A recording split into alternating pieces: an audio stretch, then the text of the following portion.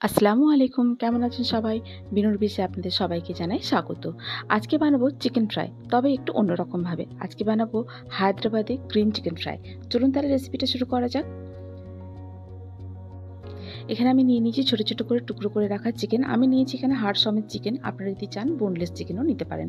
নিয়ে নিয়েছি রসুনের কোয়া আর কাঁচা লঙ্কা আর একটা লেবু। আর নিয়ে নেব এখানে বেশ খানিকটা ধনেপাতা।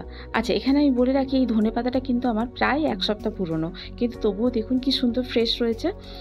তো এই ফ্রেশ রাখি কিভাবে আমি ধনেপাতা, সেই সম্বন্ধে একটা ছোট্ট ভিডিও কিন্তু আমার চ্যানেলে আপলোড করা আছে। আপনারা যদি চান একবার দেখে আসতে পারেন, লিঙ্কটা আমি ডিসক্রিপশন বক্সে দিয়ে দেবো।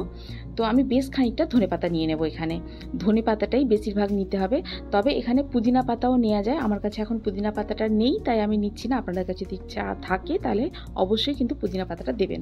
ধনেপাতা, পুদিনা পাতা, কাঁচা লঙ্কা আর রসুন দিয়ে একটা পেস্ট বানিয়ে নিতে হবে। এখানে আমার পুদিনা পাতা নেই, তাই আমি এগুলো দিয়ে একটা পেস্ট বানিয়ে নিয়েছি।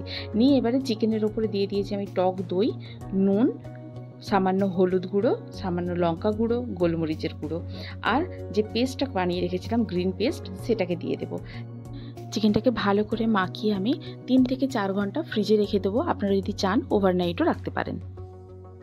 আচ্ছা, 5 ঘন্টা পরে চিকেনটাকে আমি ফ্রিজ থেকে বার করে নিয়েছি। নিয়ে এদিকে আমি চপারে একটা বড় সাইজের পেঁয়াজ আর একটা কাঁচা লঙ্কা দিয়ে কুচিয়ে রেখে দিয়েছিলাম।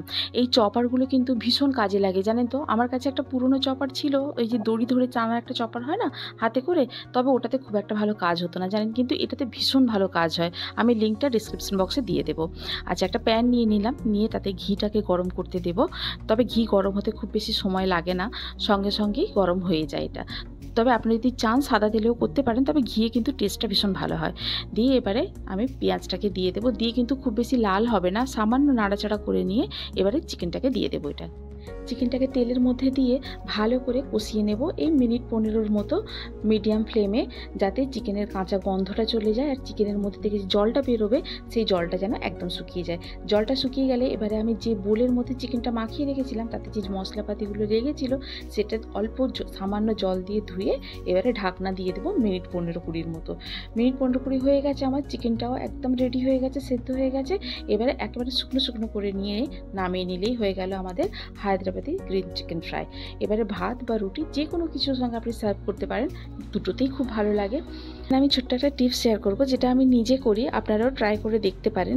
চিকেন যখনই রান্না করবেন, রান্না করার আগে চিকেনটাকে একটু লেবু জলের মধ্যে ডুবিয়ে রাখবেন 5 মিনিটের মতো। লেবু জল বলতে বেশ খানিকটা জল নিয়ে নেবেন একটা বোলে, তাতে একটা গোটা পাতিলেবুর রস দিয়ে চিকেনটাকে মিনিট 5-এর মতো সেই জলের মধ্যে ডুবিয়ে রাখবেন। তারপরে জলটা ফেলে দিয়ে রান্না করবেন।